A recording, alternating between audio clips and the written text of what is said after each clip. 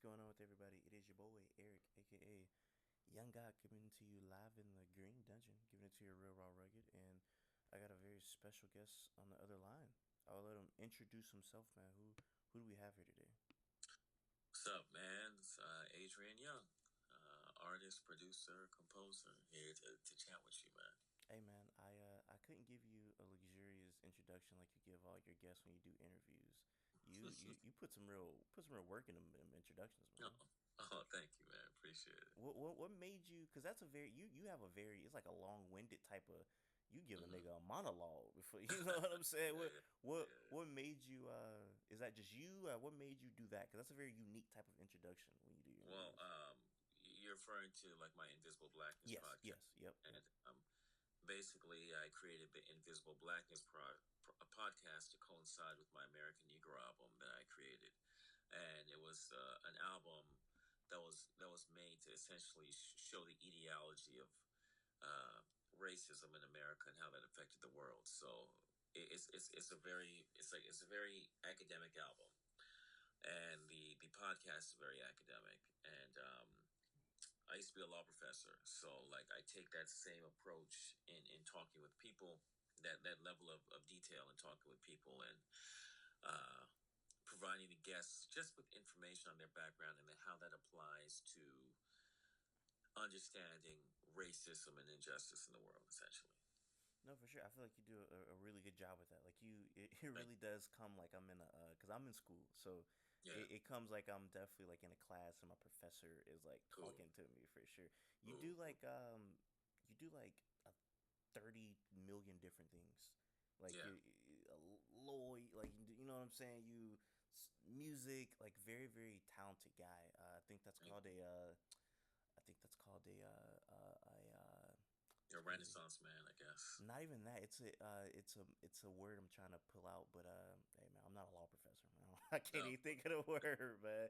It'll hit me, but yeah, no. Growing up, was that like a dream of yours to do all of these things, or did they just kind of happen? Yeah, for sure. I mean, I think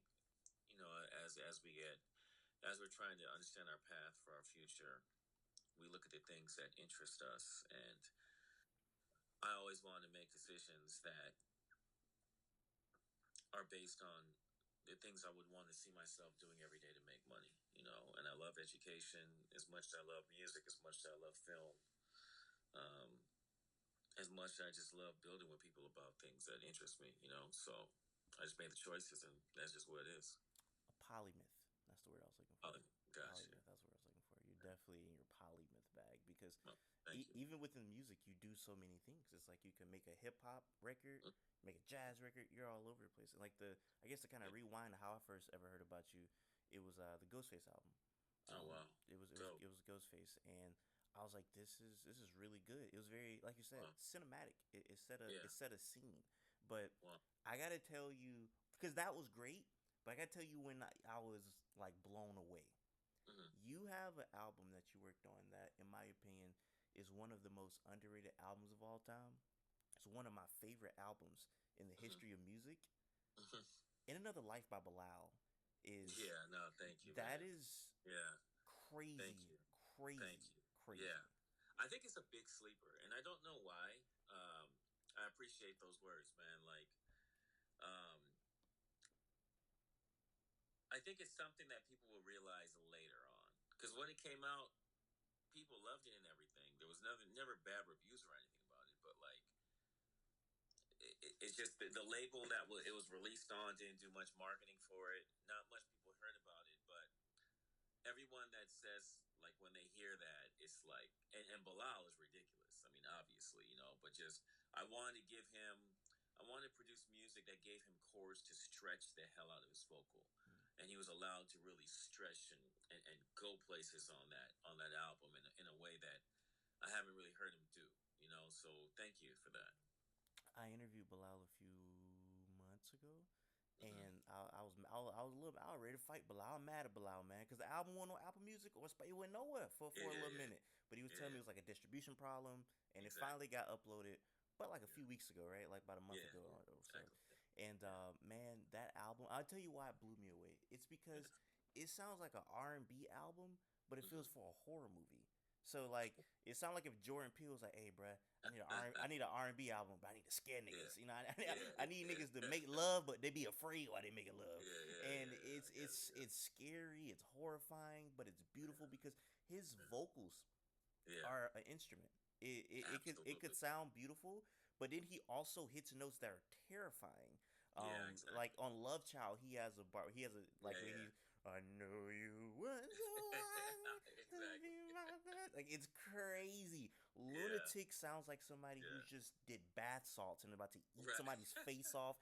But it's R&B. Like it's that is Yeah, the most like if anybody's watching this and you've never yeah, heard that yeah, album, please yeah. listen to the album. It's one of the best things you'll ever hear in your Thank you, life. man. Thank you. Yeah, thank you. Crazy sirens. Even though I know that was an original Yeah, piece of music, that's crazy. yeah. Just beautiful. In probably another year or two, we're gonna re-release the album Mm. with bonus tracks, and some of the bonus tracks I even like better than the stuff that was released on the first time. So Wow. just stay tuned for that. So when making that album, did you?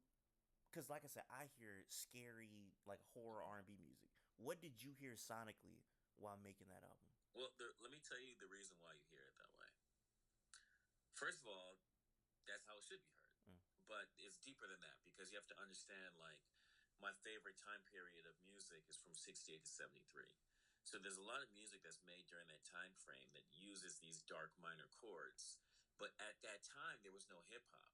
So this music was heard and taken in as something beautiful, even though they're dark and minor to us now, because before RZA was sampling stuff for Wu Tang or DJ Premier or whomever was sampling all these quote dark samples to make these beats, the samples actually really weren't dark.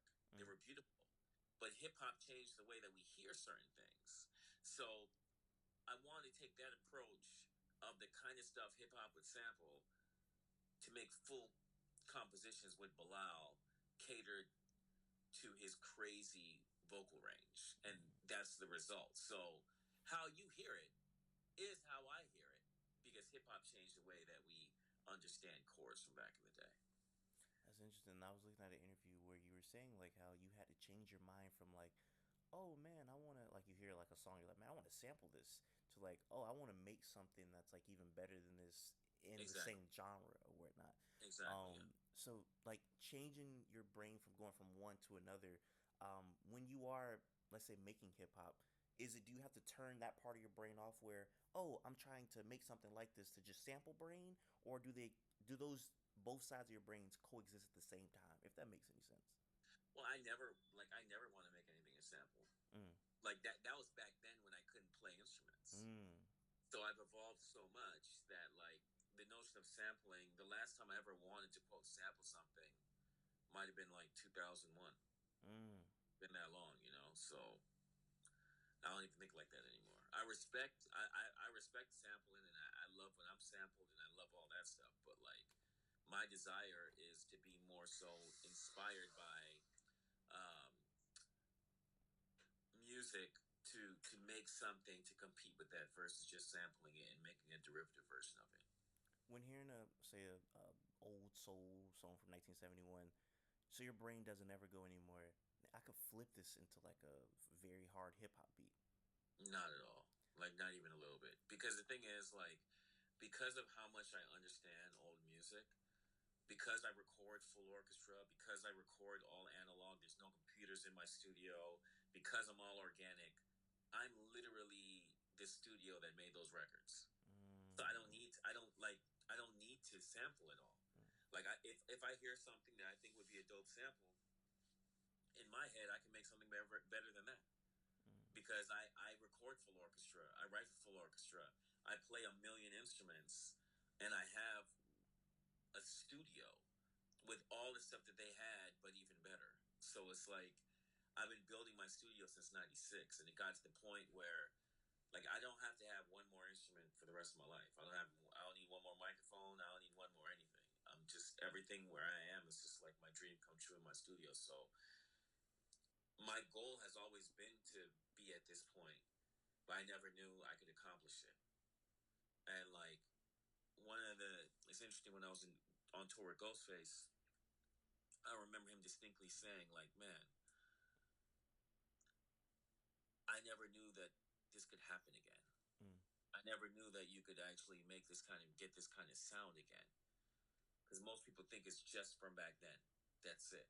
But it's like, no, you could actually make that sound, but even better now. You could have fatter drums, you could have a fatter bass line, you could do all that stuff even better now. But you have to understand the science, the chemistry behind the sound, and that's why I like. There's no part of me that wants to sample it all. Does analog play a big part in that capturing that type of sound from like the Absolutely, '70s? you can't do this if you're not analog. You Mm. cannot record anything that sounds like the '70s digitally. And digital is great. I'm not knocking digital, but like for what I do, you can't do it. You can't do it without tape. That's interesting because like you said, like Ghostface, I'll hear something and it's like from today, and it's like, wow, you could have fooled me. I thought that would have been from back in the day, rather if Mm-hmm. it's your song or Mm-hmm. whoever. And Mm-hmm. I've always wondered what is the science behind it, and I always assumed it was like recording analog because that's what they use. Recording analog is number one, the Mm. first. But there's also, but if you record, if you don't understand the style of music, the style of players that they were, and all that stuff, and then you just recorded something analog, it'll still sound contemporary. Yeah. Just because you record analog doesn't now make it sound old. There's a lot of things, but analog is merely the foundation. So if I recorded Britney Spears' "Oops, I Did It Again" to analog tape, in fact, that was recorded analog. Mm. You know what I'm saying? It still is, but it still sounds like it's from the late '90s. Yeah. In the '90s, they're recording the tape. So just shows you, just because analog doesn't mean it sounds like it's from the '60s or '70s. You have to have a point of view, and you have to understand what they were doing and why it worked, and then really kind of close your eyes and jump into that world in order to create. No, for sure. Before I forget, because I don't want to forget this, and you were talking about Bilal's voice and his range. Have you heard of this singer? His name is Duran Bernard. No. Duran Bernard has insane range. He just dropped an album a few days ago. That'd be Okay. somebody I Cool. would suggest for you to check out. His range Okay. is nuts. It's like he's like he doesn't make gospel music, but he has like obviously like a church type of background, but like the Yeah. the baritones he can hit and the Well, falsettos he hits are nuts and it's okay. crazy. So Check yeah, it out. Duran Thank you. Bernard, super duper good. Um, but yeah, Did he have a tiny desk? he did have a tiny desk, very popular tiny desk. Yep. And he's kind of like sassy, kind Yeah, of like. yeah, yeah, yeah. I That's love that's him, man. exactly what we're talking about. He's super dope. He's super dope. Much hella respect for him. Like super dope. Yeah. Yeah. So you know exactly what I'm talking about. Yeah, Yeah, he. yeah, yeah, exactly. Because there's not much people that have like a dope range. So Mm-hmm. like no, he's super dope. Yeah. Mad respect for him. Shout Yeah. out to Duran. Like he just dropped the album last week. If you get a Okay, chance, I gotta check definitely it out. listen to that. Thank Super you. Yeah, duper good. yeah. But yeah, kind of going back to what we're talking about, like that music in the '70s. I laugh when I first found out about Jazz is Dead, because I laugh because I was like, sounds like me right now. Because I you know how many times I've annoyed people with me just saying, bro, rap is dead, hip hop is dead right now. I'm like, rap is dead, and it's interesting because I'm curious of your take on this because you are very musical. You're a real musician. You play how many instruments? I have no idea. A Too lot. many. Too many to count. You count too many to count. So I bring this up to say, and just specifically black music. We could talk about music as a whole. The state of black music in 2024, mainstream black music.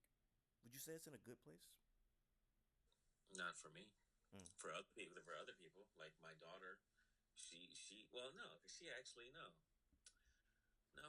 I have a 20-year-old daughter. I have an 11-year-old daughter. But they grew up around me, grew up around musicians, grew up around a record store. So as much as they love contemporary stuff, they do realize what they're missing from the past. So like doesn't mean that black people don't make good music still, but black music culture is not even close to what it was before because before black music culture wasn't as pop culture as it is today. Mm. So obviously, yes, there were Motowns and there were successful black music coming out, but like the nucleus of black music was making black music for black people from the standpoint of trained musicians. And when I say trained musicians, I don't mean musicians that know how to read notes and scales and all that.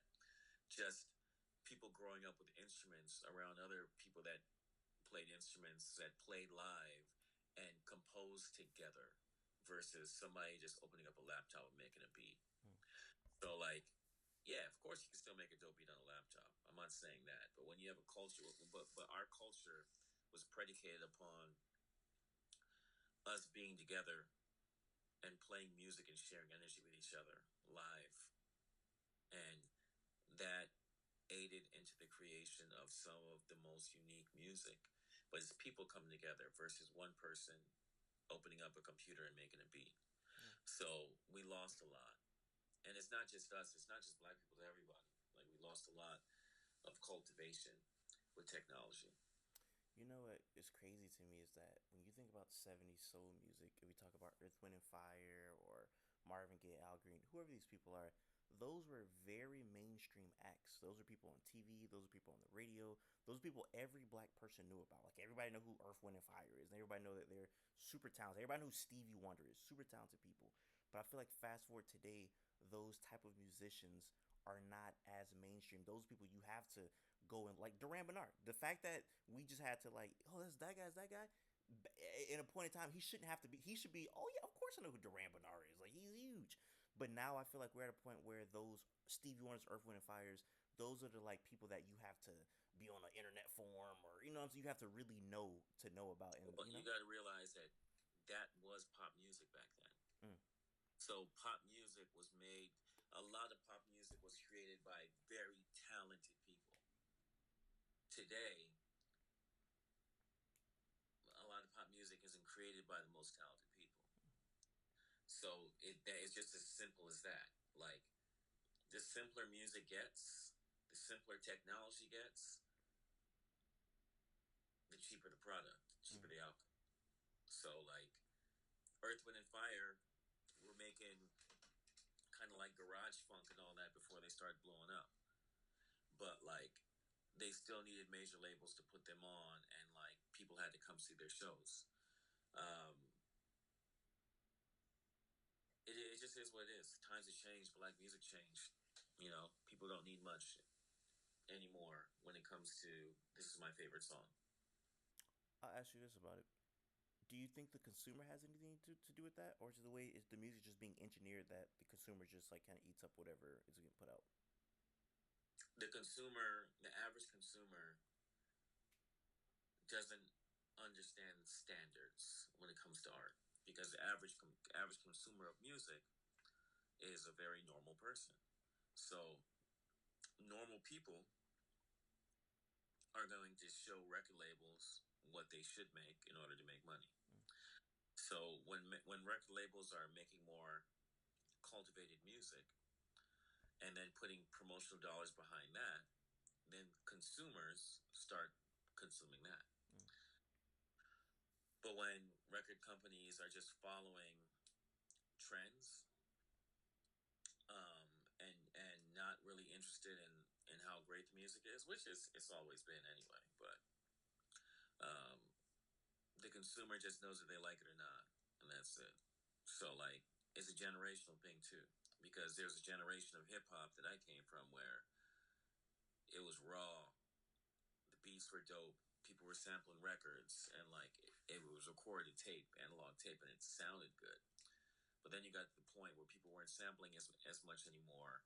You had people using instruments like computer instruments that don't really know how to play, and then they're becoming hits, and the musical cultivation isn't there in the same way it was before. But this generation of consumers don't know as much what came before, so they don't know how whack some of it is, you mm. know, because it's all that they need creatively at this point in their life. So, but that's cool because the same thing happened with my generation. Yeah. Same thing happened with your generation. It's a cyclical process. We all analyze things differently. So, like, as much as I talk about it, I'm obviously a victim of it too Right. because I was growing up with '90s R&B that was trash to somebody that was super into '60s and '70s R&B, and I agree because '90s is just a derivative of their stuff, not done as good. Yeah. I feel like I can tell by what you're talking. This is something that you've definitely thought about for a minute because you're at the point where it's like it is what it is, you know, Yeah, and it's okay. yeah, It's okay. Like just because I feel a certain way about things doesn't mean it's true. That's just what it is. Like everybody, like music is supposed to just make people feel a certain way, and that's it. And if it's legitimately making someone feel a certain way, then that's a beautiful thing, regardless of whether I like it or not. For sure. I think the test I always say is like talk about like a Stevie Wonder, like he made a song 40, 50 years ago, it's still here. I'm Hmm. listening to it. I wasn't even born when it came out. I do wonder what are the music that's here right now that's going to be here 50 years from now, you know? I feel like like Bilal, like I feel like y'all have music, but it's like what are the music that's here right now is going to be here 50, 40 years from now that, our grandkids are going to listen to and stuff of that sort. To be honest, it's hard for me. I'm going to, instead of answering that question with an actual answer of this person and that person, I'm going to say I don't know, and this is why. Um, the robots will take over, and the robots will be making music, and then the robots will create its own algorithm, and then people will respond to that, and it'll be less human involvement. Because if you look over time, the more electronic gets, the more electronic music becomes, the less the humans are involved, Mm, and the more sterile and on the grid the sound is. So like I feel like at one day it's just gonna sound like it's made from a computer. mm. So maybe the stuff that's classic is the stuff that sounds closest to being made from a computer. So I really don't know what the future generations will want to listen to. And No clue. it's funny bringing up because I was going to ask you about AI and music, and I know it's like everybody said everything about it, but do the pros outweigh the cons, or the cons outweigh the pros for you when it comes to AI music? Well, the kind of music that I make, you can't make with AI Mm, because there is no computers involved. It's live people playing. It's real strings. Like it's recorded tape. Computers can't do that. So to me, I really don't care because mm, that whole world is not even part of my world. But for their world that care, like for a lot of the stuff that they're making, a lot humans aren't as involved as much anyway. mm, A lot of the chords they're getting are pre-programmed chords that they're putting into their Ableton, like so it's just like who cares? yeah. You know, I don't care. I think and I say this all to say that I think AI is a cool thing. I think AI should help people become better at what they do. The same way that if you're using Microsoft Word, you could click the source and it suggests other things to you. I think it's great. An album that you can't make with AI, which was like the second thing that made me like, whoa, Adrian Younge presents Voices of Gemma. Yeah. That album to me was like crazy No, thank. because once again, it's like, okay, so you know how to set a scene, Mm-hmm. and then I'll get into why that made so much sense to me because I found this out after doing research. We'll get back to that, but this album is like just so like the voice, the singing is beautiful, and I feel like it's so great over the style of production and the strings and the way you arrange music. I feel like it's very unique to you. Like when you talk Mm-hmm. about classic composers, the same way we talk about rappers, the same way we talk about Beethoven or we talk about Lil Wayne, or let's say a Just Blaze and a Beethoven. When you hear Just Blaze beat, even if you don't got the Just Blaze, it's like, oh, that got that Just Blaze touch to it. That sound like a Just Blaze beat, or that sound like an Alchemist beat. Similar with Beethoven. Oh, okay, that's Beethoven. I know it by the way that it's composed. I could tell your composition by the way it's like, oh, that's Adrian Younge right there. I can Oh tell. well, thank you. Yeah.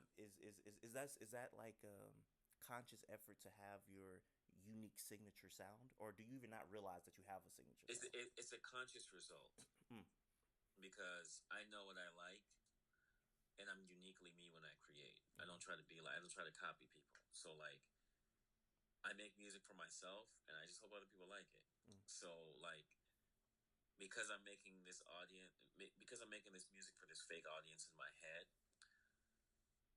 I know what that audience in my head likes.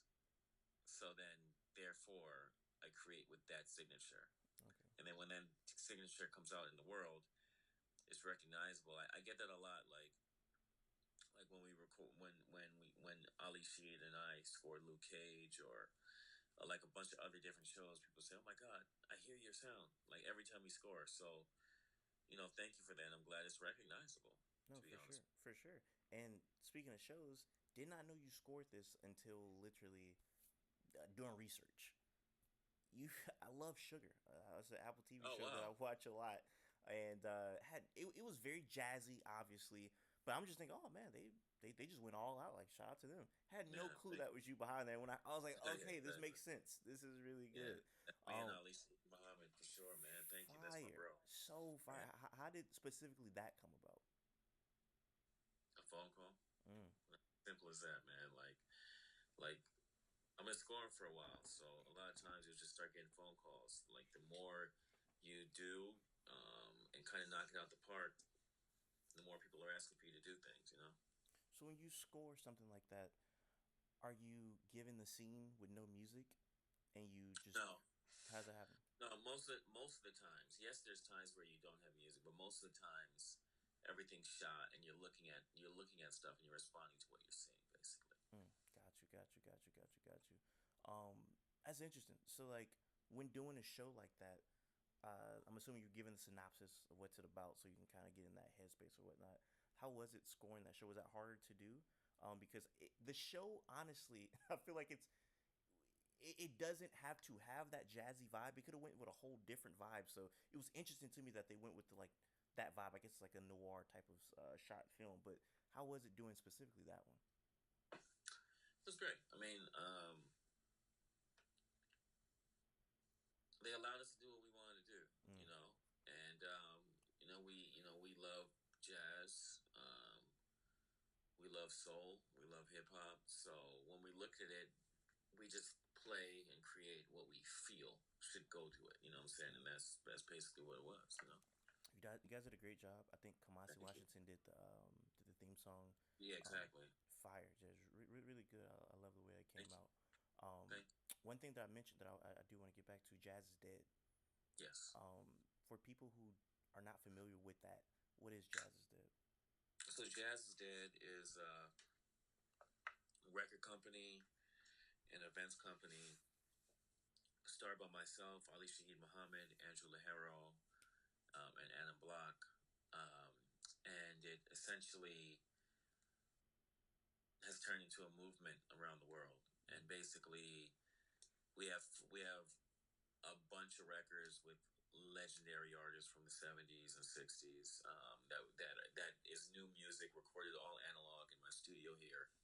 Um, and at the same time, we presented concerts from all around the world with these people. So it's basically a passion project for us all that has galvanized like-minded people around the world to give flowers to these living legends. That's essentially it, man. You don't cease to like amaze people because you'll pull out somebody that ain't made a song since 1972, and it's like, Yeah, how you got him out there? Like, what is this?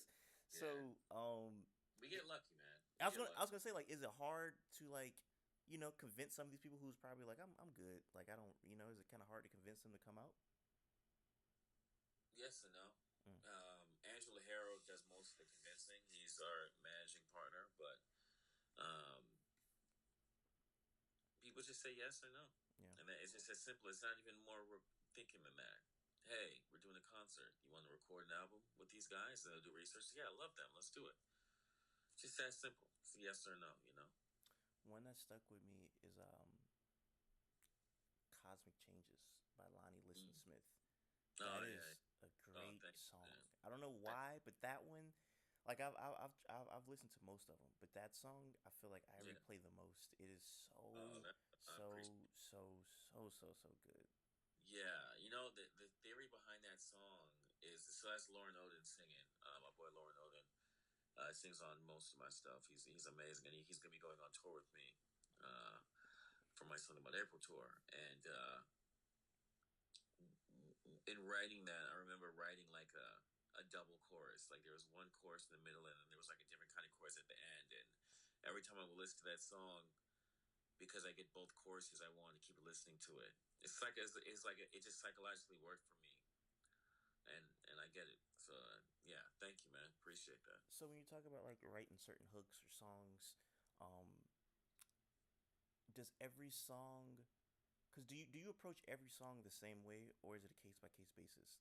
In the sense Case by where case, case by case go ahead. basis? No. Yeah, case. There's I never approach the song one song the same way.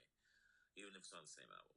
It's always case by case basis because every song is its own baby. Essentially, it's like its own human, and you want to see that human grow, and you want to give them something distinctly different from someone else. So even though there's signatures across the board, your approach is never really the same. Has that always been an approach, or did you adapt to that? Yes, it's always been an approach, but the thing is that when you're younger and more inexperienced, there's only so many approaches you have. But then as you get older and you're doing more music, you have even a wider array of approaches. So, like, I may listen to something that I made in 2002 that sounds not too far from something I made in 2003, but at that time, I wasn't doing it close. But now that I know music theory a lot more and all that stuff, I understand uh, how similar they actually may be. Yeah. But I wouldn't have known that back then. For sure. And you talk about varying your approaches because you didn't have as much as you have now. That goes with just playing instruments and knowing different instruments. What was the youngest age you learned an instrument? In first grade, I had piano lessons, but Mm-hmm. nothing really. I mean, I didn't really start playing instruments until the late '90s. I started sampling in '96, and then in sampling, I realized that the records I was listening to were inspiring me more than the derivative music I was making from the samples. And I realized that my favorite music was actually live music, record analog, and I just started buying instruments and started teaching myself how to play. I asked that because they say the older you get, the harder it is to learn a language, and do wonder that kind of apply to instruments as well. Well, it's interesting because so my new album, Something About April 3, I wrote the whole album in Portuguese because in the last 5 years I've been studying Portuguese. Um, because I've been traveling to Brazil and so inspired by the culture. So learning, for me, learning is just understanding theory. I'm not the best at memorizing things, but I'm really good at memorizing things when it comes to having a theory applied to it. So with music, if I understand that the C minor scale is based on these steps and that's the theory behind it, then I can memorize that for all the different scales.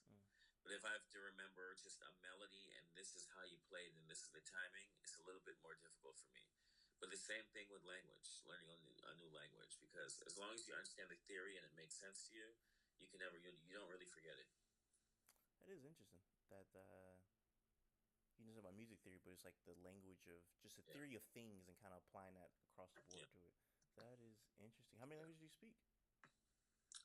Just English really, but then Portuguese. Like I'm not fluent in Portuguese, but I'm pretty good at Portuguese. Gotcha. You say you learned that for 5 years. I've been studying. Well, to be honest with you, I've really been seriously studying it for the last 3 years. Got you. It's funny because I was looking at the new album, and I was like, at first I was like, oh, because sometimes with Apple Music, you can upload under a name, and it's like somebody uploads under like Lil Wayne, but it's not Lil Wayne. It's like somebody who tagged it weird, and now it's under Lil Wayne thing. So first I was like, oh man, some Spanish nigga must uploaded the wrong. It must be Adrian Younge or something. I was like, I don't know who this is, but it's funny to now understand that that's you, and now that's just you kind of embracing the. That's funny because when I interviewed Bilal, he was talking about going to I forget where he was, but it was a sandy area, and his new album is very inspired by that area.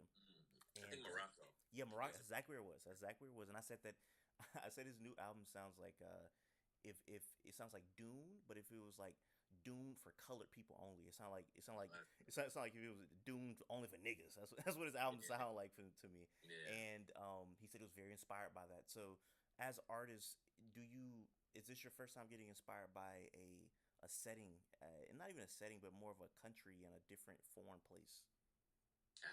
Well, yes.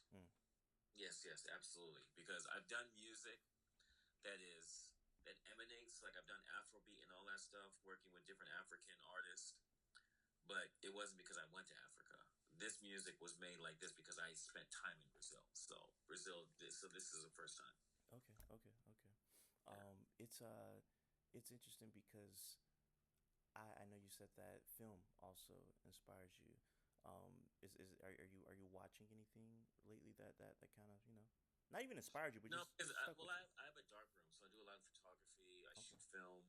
I shoot 16 millimeter and 8, Super 8 film. So like, I always love film because film is magical, just like analog tape. It's analog. So, and all my life I've studied film. Like I love old films. I love old films because when you look at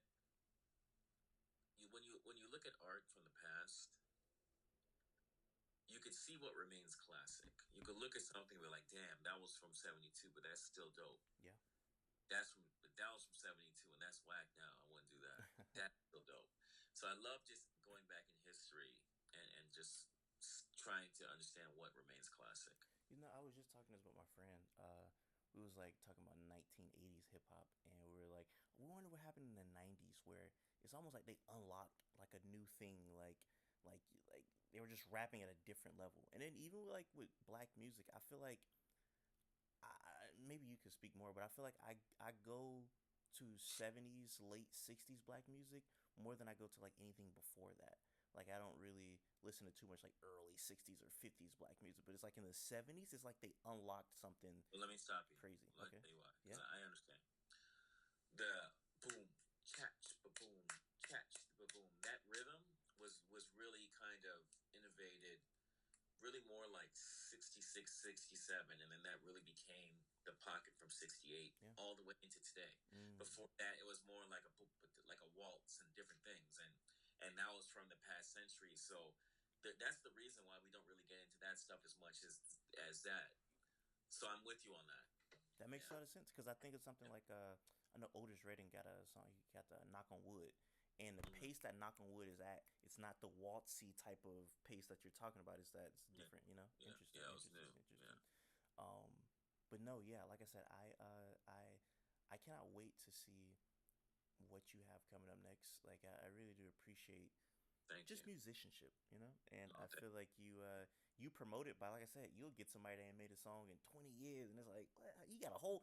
Cause it's not like you just making a song. You ain't make a song with Roy Ayers. You made yeah, a man. whole album with. It's like Exactly. what? I appreciate What's that, the man. craziest Thank one you. you got so far that you feel like I can't believe we got him? To be honest with you, man, all these experiences are great, Mm. and there is every single person we did an album with. It was like I can't believe we got them.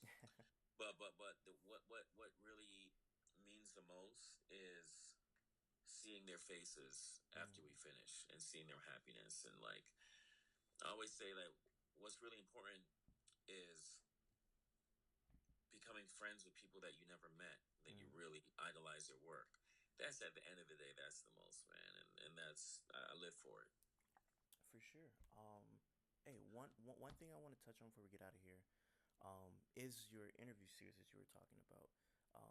Great stuff. One of my favorites, and I see that he was one of your favorites. Just listen to me talk to him.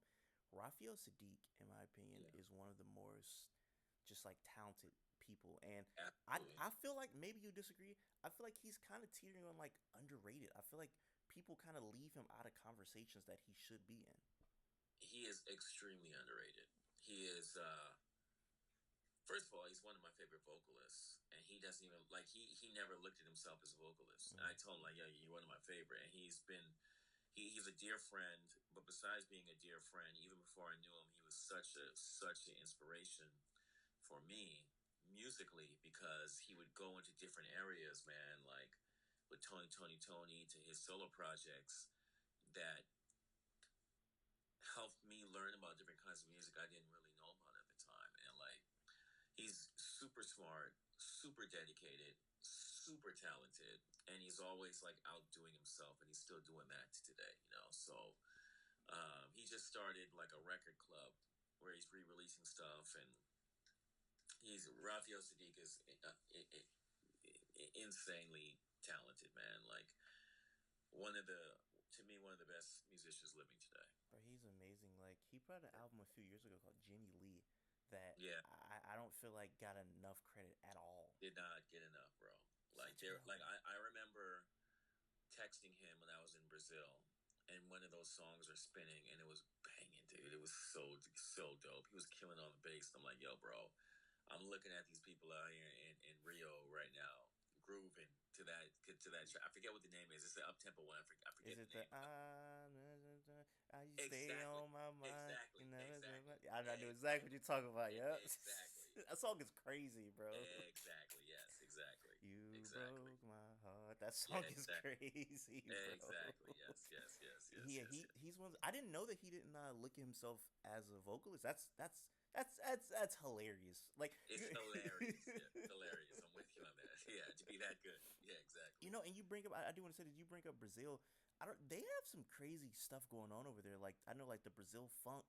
Like they are on. Like they're doing like crazy stuff musically. Like I don't know how much you tapped into like just what's going on in the Brazil music scene, but they have some insane stuff.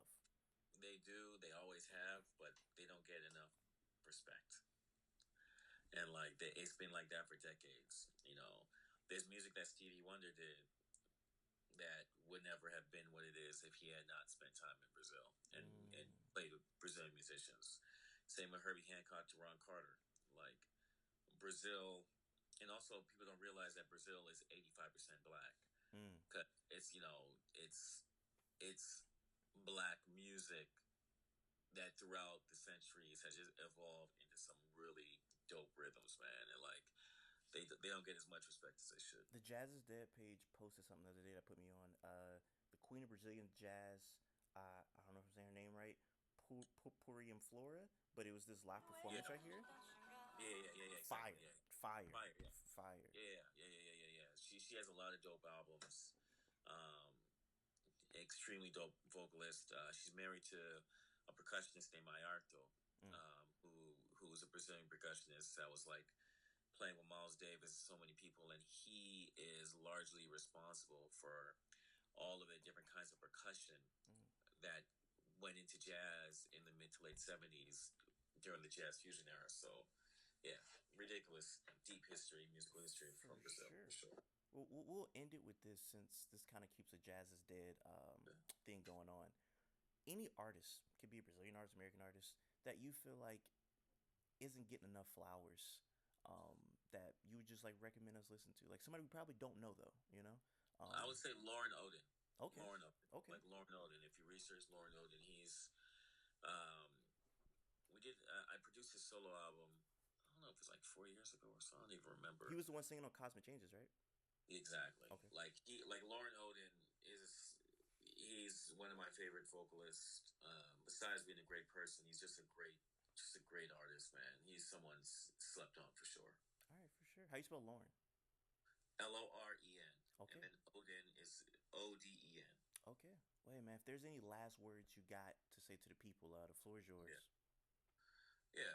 Last words is just you only live once, so be in that moment and prepare for your future.